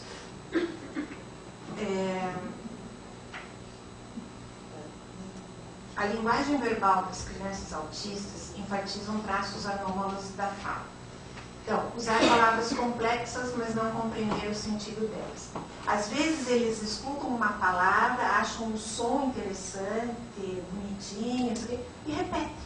Assim, eles estão conversando e repetem aquela palavrinha, mas não entendem o que significa aquilo. Mas achou bonito e está repetindo, tá? Inversão pronominal. Eles referem-se a eles mesmos na terceira pessoa. Então, por exemplo, tem o João e o boné dele na mesa. E eu pergunto, de quem é o boné? Ele fala, é do João. Como se tivesse um terceiro ali. Não? Ele não vai responder que é dele. Tá? Ecolalia imediata ou tardia. Ecolalia é repetição de palavras ou frases mais compridas também. Eles podem falar imediatamente quando você acabou de falar, eles repetem, que é o imediata, ou tardia. Pode levar um dia, algumas horas, uma semana até. Eu tenho um paciente que eu atendo na segunda-feira de manhã. Ele adora o Silvio Santos. Aí ele chega na segunda de manhã e ele já repete alguma coisa que você vê que é do programa do Silvio Santos, né? Então isso é uma ecolalia tardia. Ele demorou um dia para repetir. Discurso incoerente. Eles vêm e ficam falando, você está escutando, não tem nada a ver com aquilo que está acontecendo, você também não está entendendo nada do que ele está falando, e ele está falando, está discursando, né, sozinho. Crianças não responsivas a questionamentos. Você pergunta, você está com fome? Ele até olha para você, e depois olha para o pé, no chão, você fica ali esperando a resposta. Falta de comunicação.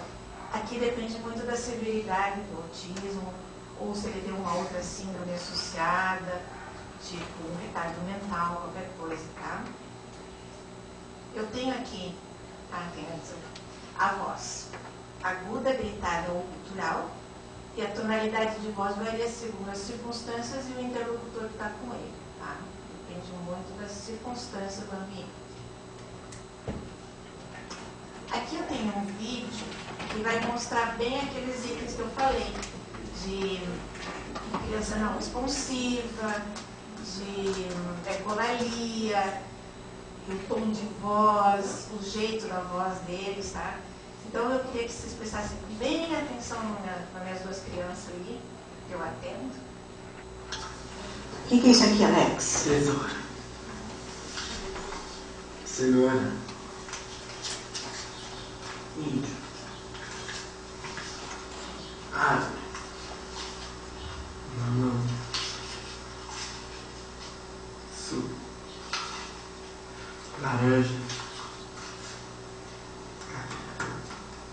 Dragão. Dragão. Passarinho. Flor. O tipo de voz, também não gosto, né? Muita expressão. O que é isso? Lustre. Luzes. Fivela. Fivela. Xícara. Banana. Hã? Banana. Lesma. Lesma. Cabide. Loja.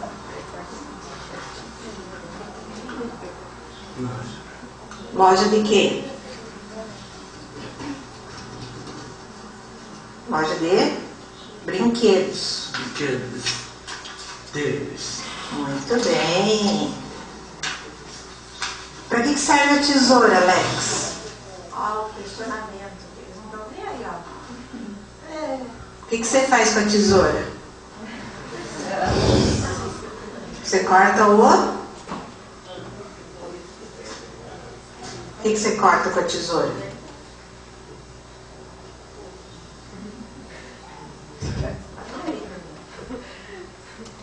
Alex, o que você corta com a tesoura? Pá?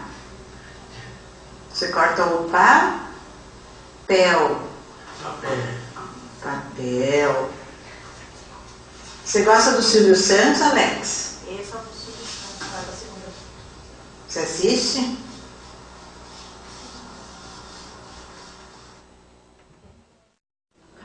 Viram que ele não está nem aí, né? Para as perguntas que eu...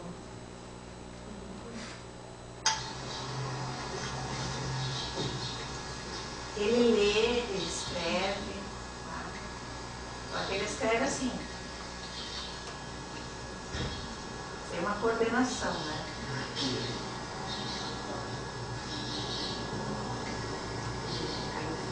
Olha como ele se distrai facilmente, está passando um avião, né?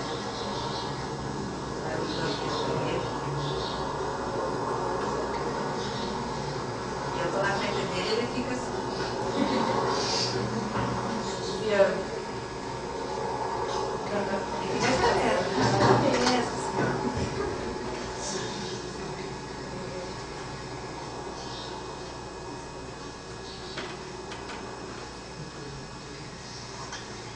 Esse menininho eu comecei a atender com 3 anos, eu fui bem 15.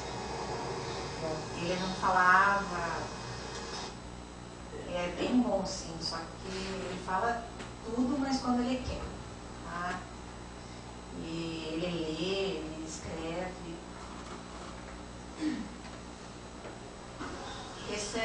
ou do paciente meu, ele tem uma linguagem mais funcional do colégio.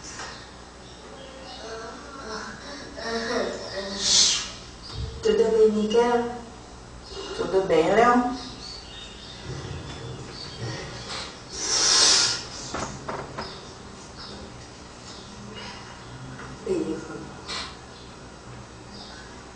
A minha voz dele é monótona, assim, aqui eu estou tentando alfabetizar, porque a escola não faz.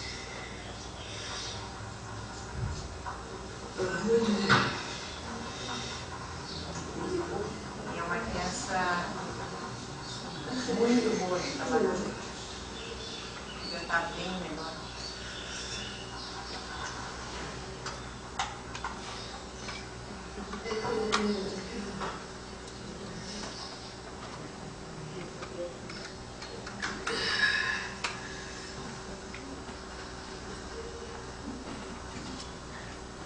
Só um pouquinho de paciência, não é pouco.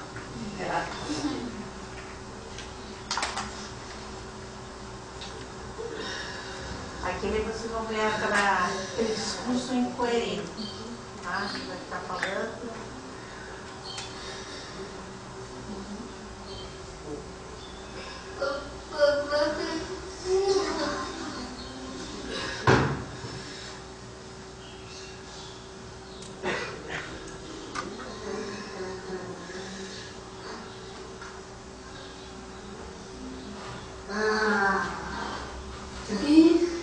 Vamos ver então, Léo? O que está escrito aqui? Tá. Já não se importa, eu tô cozinhando. Tu. Bi. Não. Bi. Ti. Ti. A. O. To. To. Ti. Ti. O que é isso aqui? Tá. Tá. Tá. To. To. O que vai fazer? A. B. Ba. Ba. B. B. Bi. B. Bo. Bo. Bo. Muito bem, Leonardo. Já temos caderno assim. Que isso aqui formiga. Olha aqui, ó. 2 lá. No lá. Estamos 2 lá. Depois, nós temos Que número que é esse, Léo? 1, 2, 3. 3. Barriga. 2. Isso é 2. 1. Olha que esse aqui, tia. Que esse aqui? Barriga, tia. Mickey.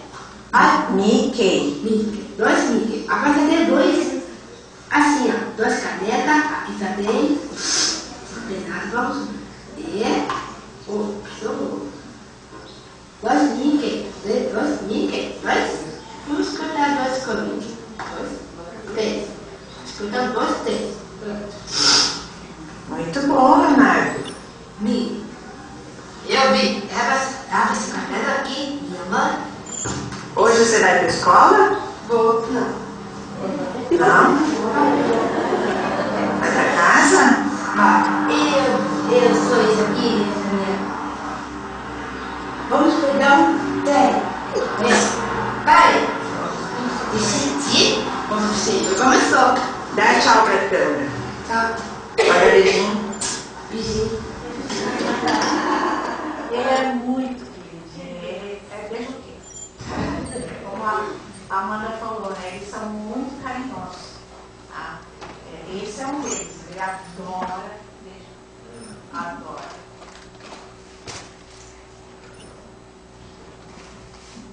Ó, aqui eu coloquei um quadro sobre o desenvolvimento da comunicação no autismo. Tá?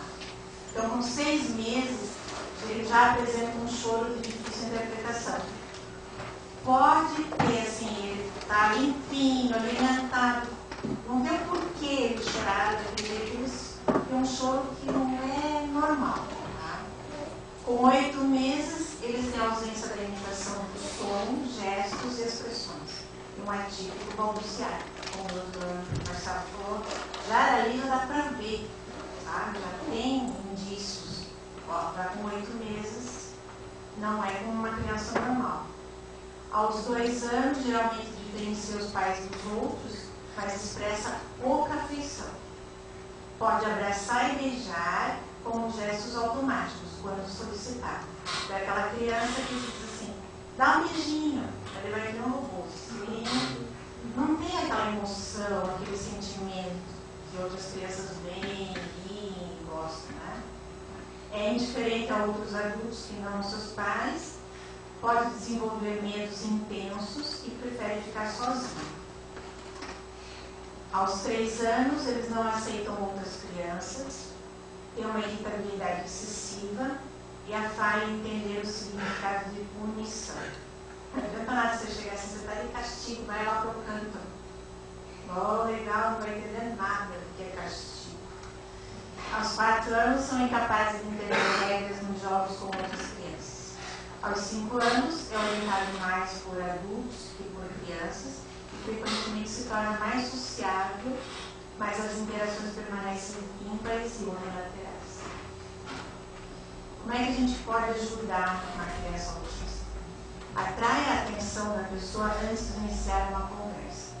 Não adianta nada você falar com o autista sem pedir para que ele olhe para você. Ou pega o rostinho dele, ou toca nele. Ele tem que perceber que você está falando com ele. Eles não têm a percepção como a gente. Por exemplo, se chegar alguém por trás e falar alguma coisa, eu vou olhar para ver se é comigo que está falando. O autista não é assim. Então você pode até estar falando com ele e ele está olhando para tudo. Tá? Então, sempre chame a atenção do autista para vocês para conversar. Faça com que ele sempre olhe nos olhos. Tá? Utilize o nível de linguagem que a pessoa possa compreender. Nunca eu ouvi falar assim, me passa o copo. O que é me passa o copo? Agora, se eu vou direto, me dá o copo, ele vai entender muito mais fácil. Fale claramente e use palavras curtas. Utilize imagens para a compreensão, que a gente já falou. Dê tempo ao autista para que ele reaja ao que você diz. Não adianta também ficar falando, me dá o lápis. Me dá o lápis, me dá o lápis. Ele vai entender na primeira se é para entender. Tá? Se você vai criar só uma confusão na cabecinha deles. Você fala, me dá o lápis e espera ele reagir. Considere outras formas de comunicação, como escrita, gestos ou imagens se necessário. Eu coloquei também aqui um texto, de novo da Dona Williams, que ela explica um pouquinho, ó, o significado das coisas para eles.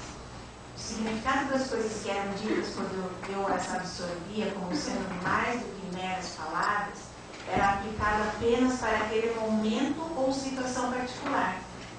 Então, certa vez, quando recebi uma bronca por ter pichado os muros do parlamento durante uma sessão, eu concordei em nunca mais fazer isso. Novamente. E 10 minutos depois fui pega pichando o muro da escola. Para mim, eu não estava ignorando o que foi dito e nem estava tentando ser engraçada. Eu não fiz exatamente a mesma coisa que antes. Então, eles não entendem, por exemplo, que nem ela falou, ela estava pichando o muro do parlamento. Agora, pichando o muro da escola era diferente, velho. Para nós é pichando a mesma coisa, né? Mas o parlamento era uma coisa e a escola era outra. Então, tudo tem que ser dito com muita clareza e tudo tem que ser ensinado para o autista. Tudo tem que ser ensinado. Uma vez, numa palestra, eu escutei que os chineses definem assim. Eles colocam 2 potes, um cheio e um vazio. O cheio é a criança normal, porque ela vai imitando e vai aprendendo e vai absorvendo as coisas. E o vazio é o autista. Nós temos que ensinar e ir colocando cada objeto dentro deles. Tudo tem que ser ensinado. Desde a comunicação, desde como se comportar. É isso.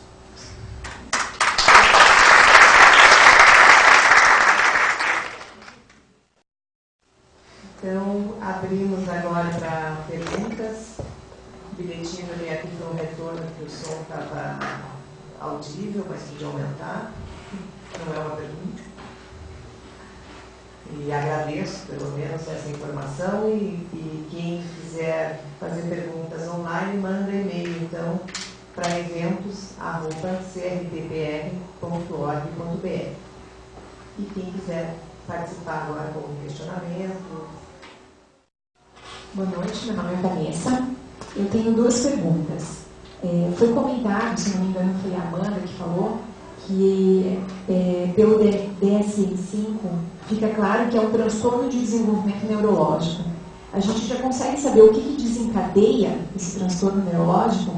Imaginando assim, não é o ambiente, né? Antes tinha essa condição, era um ambiente frio, a mãe geladeira e etc.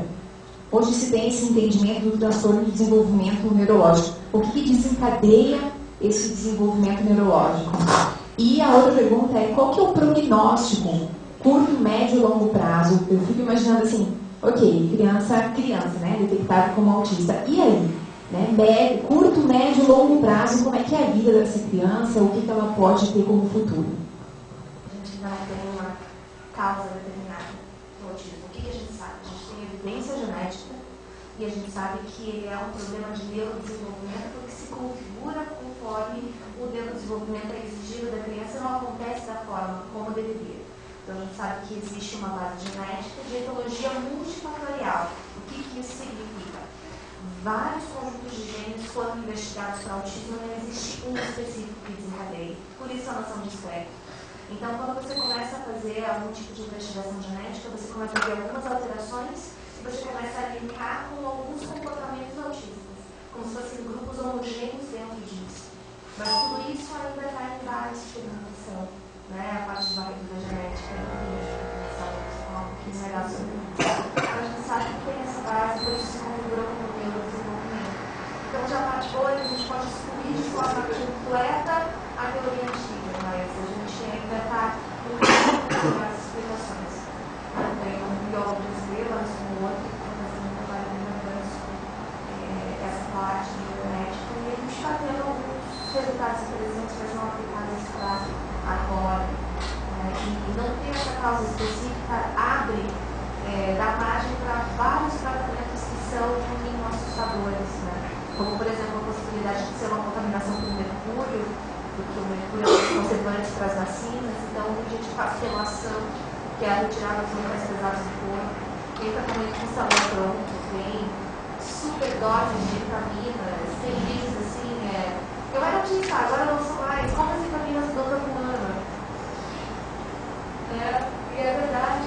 Então, quando os pais vão pesquisar a respeito do diagnóstico dos filhos, encontram batalhas. Eu conheço famílias que venderam casa, venderam tudo, fazem dívidas para poder ir para os Estados Unidos comprar uma dose desse medicamento, já aproveita, faz uma sessão de relação, já faz alguns testes genéticos, compra umas vitaminas e gosta.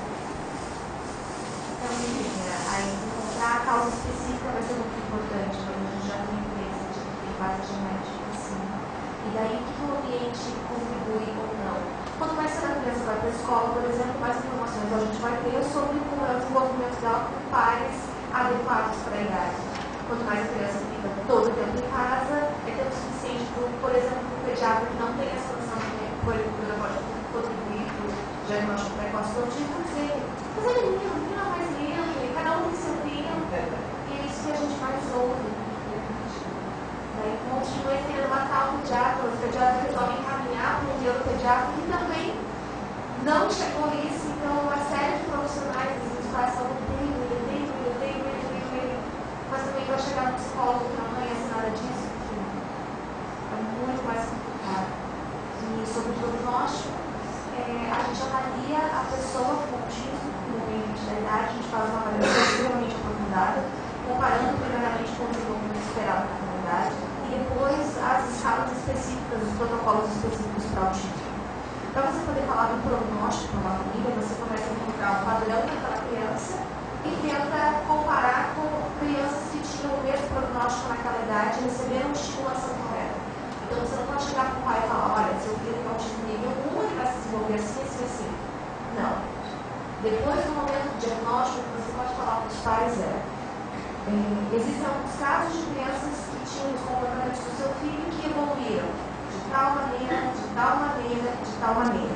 O que a gente precisa para garantir que o seu filho vai desenvolver o máximo do potencial dele, que ele receba a estimulação adequada. Então, esperar é o pior tratamento. Quando você faz uma avaliação específica do prognóstico daquela criança, acho importante de 6 em 6 meses reavaliar a criança, sempre com os mesmos instrumentos. Novos instrumentos sempre são bem-vindos, mas usar os mesmos instrumentos é muito importante para que você tenha uma ideia da evolução dessa pessoa dentro de uma parte específica do desenvolvimento. Evoluiu muito na interação social, pouco na motricidade fina. Por quê? Porque eu estimulei mais uma área em detrimento da outra. Qual foi a minha conta terapêutica dentro disso? Tá? E qual a potencial da criança ou não? Aí sim você pode falar com o diagnóstico. Ela preencheu pré-requisitos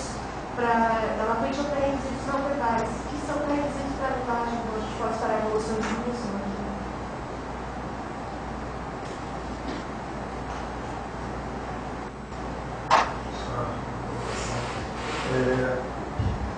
Nós, quando falar em prognóstico, a gente fala de diagnóstico precoce.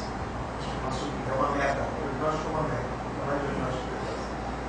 O que eu acho interessante de dado que a gente tem hoje, eu acho que isso pode ser dado, quando a gente fala de independência, né? Essa é uma questão questionada em relação à independência do autismo. Né? A gente tem dado literatura atuais, a gente pode aplicar isso, novas técnicas, né? Onde 15% das crianças com autismo têm independência na vida adulta. Só colocar nessa conversa. O pessoal entender que o sorriso da mesa é que eu perguntei se tem jogo hoje. Porque às vezes quando tem jogo, o pessoal fica, vamos já sei como pegar o rosto no tempo.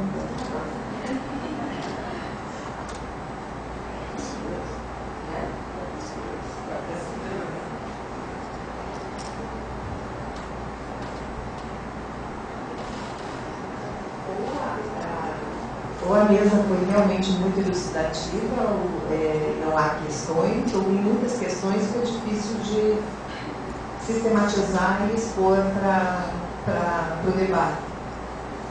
Meu nome é Adriana, eu sou educadora e faço uma especialização em psicopedagogia. Então, quando a Michelle fala que aquela criança não lembra o nome da alfabetização, me diz alguma coisa sobre isso, sobre como os educadores, né, agir, a atitude do educador. Nós sabemos como alfabetizar. Eu estou aqui fazendo curso de especialização justamente para identificar essas crianças e poder ajudá-las. Então, quando me dá uma orientação na alfabetização de uma criança autista. Você conhece eles? Não. Então, o que eu acho assim, essa criança específica, ele tem um bom desenvolvimento. Tá? E trabalhando com ele vai muito mais longe. Só que a gente nota que a escola peca. Tá? A escola peca. Eu não sou pedagoga, eu não posso dizer tem que fazer assim, tem que fazer assim, tá?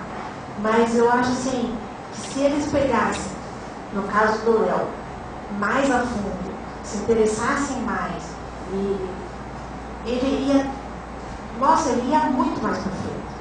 Eu atendo o Leonardo uma vez por semana, só, e pelo SUS. Então, eu atendo ele em grupo, tá? Eu tenho a oportunidade de atender ele individual. E o grupo que eu atendo é misto, não é só de autista. Tá? Então, para mim é muito difícil. Aquela vez por semana que ele vai, você vê que eu pego e ele lê comigo. Ele tem ele é fácil de fixar as coisas, sabe? Então, por isso que eu digo, se a professora que tem muito mais contato, diário contato, e ficasse em cima dele, ele ia muito mais longe. Agora, eu não posso te dizer os métodos para você alfabetizar, porque eu não sou pedagoga, nem psicopedagoga, entendeu? Os caminhos. Eu faço o que eu vejo que a escola não está fazendo, e eu estou tentando fazer com ele, porque eu sei que ele pode. Ele é capaz, ele tem uma memória visual muito boa, Ronaldo. Ele sabe quais são os ônibus que ele pega, e ele não sabe ler. Então, por isso que eu digo, se fosse aproveitado, fosse estimulado, fosse trabalhado, ele ia muito mais longe. Agora, como fazer? Como fazer, eu não sei.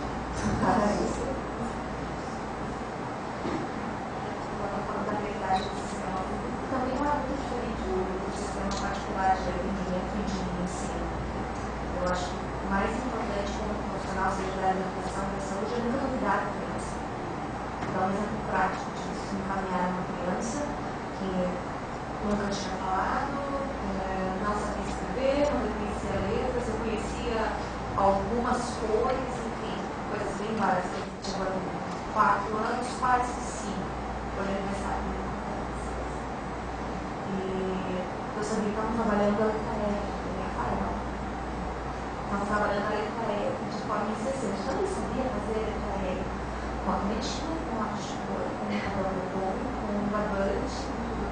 Mas perguntaram para ele, qual é a primeira letra do seu nome? Cara, ele dizer, o que você presume? Não sabe para que serve o E. Sabia que um teste de inteligência dá 0. A criança não te responde, esses testes são baseados na resposta da criança. Então, o que a criança é capaz de te demonstrar é completamente diferente do que ela é capaz realmente de fazer. Então, a ideia, como pedagogo, principalmente, é tentar encontrar a maneira pela qual a criança processa informação para se questionar se o que você está tentando ensinar está chegando da forma como ela é capaz de aprender, mas ela é capaz. O Rafa, um dia, eu falei, vamos escrever Rafa. Todo mundo chama de Rafa. Vamos escrever Rafa. Escrevi Rafa com uma cor, com a outra cor eu escrevi para ele, e ele não lê, como se fosse só um start. Escreveu Rafael. Eu tive que ir lá colocar o ele. E ele não copiou a minha letra. Ele fez uma letra e mais nem. Então, assim, caminhos para isso, né? Existem alguns livros voltados para a área da educação que já começam a trabalhar esse tema, então um livro que eu acho muito bacana, chama Autismo e Inclusão, do Eugênio Cunha. Além de ser uma delícia de ler, ele mostra várias situações no contexto escolar. Aí tem a questão de a criança está no processo de inclusão ou ela está no processo de exclusão. Isso acontece quando a criança te fala, mas ela está socializar. Ela está socializando com quem, como, para quê? Com o apoio de qual profissional? O profissional que trabalha com criança te contou que sabe escrever Rafael, ele foi da tua escola, analisou o projeto crítico pedagógico da escola, os pontos a serem trabalhados esse semestre, ele tem objetivos para 6, 12 meses ou não. A família sabe o que acontece, existe uma troca de informações. Então, isso não acontece na rede pública nem na particular. Então, é difícil encontrar um profissional que faça isso, que atenda essa necessidade. Então, se você sentir alguma necessidade como pedagoga, diga para os pais que é possível que eles exijam da equipe terapêutica da criança que isso seja feito. Isso é base do tratamento do autismo. E você, que é a pessoa que mais vai conviver com essa criança, é a que mais obtém informações sobre ela. Então, o pedagogo sabe muito mais informações do que o psicólogo. Então, ela vê uma vez por semana. Eu vejo, no caso, rápido 3 vezes por semana. Mas eu sei que uma apoio agora, eu sei que ele vai numa festa de casamento nesse final de semana, eu sei que ele está assistindo na escola. Então, esse profissional está disponível. Você tem uma parte das informações para passar, mas ele precisa ter um ouvido um pouquinho menos autista para te ouvir. E isso é um dado bem importante. Essas crianças vão chegar com vocês, de alguma forma. Vocês conhecem pessoas com autismo, vão ter consciência disso. A taxa de incidência de autismo, uma das últimas pesquisas foi necessária 1 para cada 88. Sabe o que é isso? Cada 88 pessoas? É mais do que a HIV, diabetes infantil, síndrome de Down e retardamento. Essas crianças vão aparecer, vocês podem ser responsáveis por encontrar de forma precoce. Nós não temos questões nem online, do jeito que o corrente não fazer para a gente. os palestrantes deixaram os e-mails, né, nas apresentações, então, se porventura não anotaram, quiserem fazer contato, mandem e-mail para o CRP, a gente faz chegar a cada um.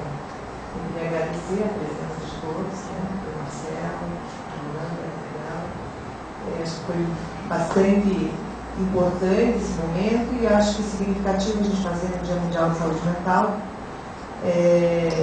esse tema, tentando também desmitificar um pouco, e fundamental colocar que tem questões emocionais envolvidas na relação com todas as pessoas, né? E com o autismo sim, mas que é um transtorno neurológico, não é uma questão só focada em questões psicológicas, enfim, acho que isso é muito importante deixar fixado aí. E que não tem como a gente ter bola de cristal, né? Qual é o caminho que cada um vai ter, mas que a gente vai ter muita gente chegando com quadros assim, e pessoas que vão longe, como os casos que até foram lidos aí, né? Fizeram doutorado e tudo mais. Então pode ser que a gente tenha professor autista, que tenhamos contatos na família e que não tenha sido diagnosticado. Né? Acho que é olhar o outro, o outro lado do outro, não é fácil, mas vamos tentar fazer isso. Obrigada a todos que vieram aqui e fica aí o convite para a próxima quarta, que nós vamos abordar o tema adoção, né, com os desafios que temos aí, as questões de adoção, com nova legislação de adoção e tudo mais, então acho que também vai ser bastante interessante. Obrigada e a gente encerra aqui